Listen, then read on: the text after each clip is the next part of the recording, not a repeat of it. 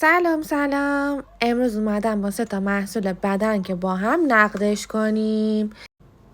اول بریم سراغ لوسیون شماره 2 مورینگا، حاوی لافا اویل و شیباتره. حجمش هم 300 میله. برای پوستای خشک و حساس عالیه. یعنی بوی ملایم، طبیعی، رطوبت رسانیش، آب رسانیش فوق العاده است. اصلا احساس چربی بهتون نمیده، زود جذب میشه. من که خیلی دوستش دارم، حتما هم تمدیدش میکنم. از نظر اقتصادی هم خیلی خوش قیمته، حتما پیشنهادش میکنم.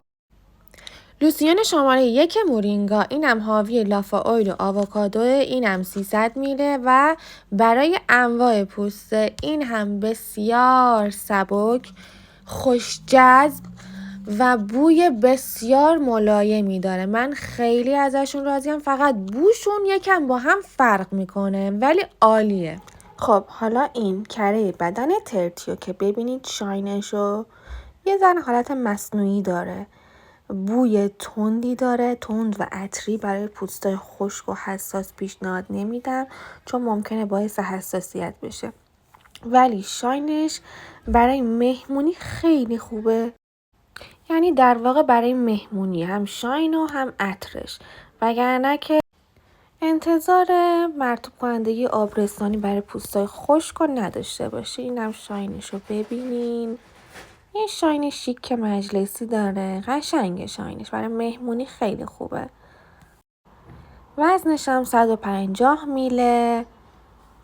نگاه کنین قشنگ این شاینشه، کره بدن ببینید. البته بگم مدلای ساده هم داشت ولی من شاینش رو گرفتم. حالا این لوسیون بدن کلینیک، همینطور که از رنگش میبینین واقعا بوی پرتقال و مرکبات میده، حتی رنگش هم یک خورده به نارنجی میزنه. نگاه کنین. این هپی کلینیک یه عطرم داره، بوی خیلی خوبی میده، مرطوب کنندگی آبرسانیش بالای. اینجا نگاه کنین، تازه زدم و هنوز فیدش نکردم. قشنگ بوی تراوت و تازگی میده، اینجا جذب شد، خیلی خوبه. من 9 میدم به خاطر اینکه قیمتش بالاه. حالا شما بگین تجربه استفاده از این 3 تا رو دارین؟ من که باشم بازم همین مورینگا رو انتخاب میکنم. خیلی خوبه، اقتصادیه، در دسترس، حجمش هم خوبه. شما کدوم رو انتخاب میکنین؟ نظرتون رو برام کامنت کنین. سابسکرایب یادتون نره، مورینگا هم یادتون نره.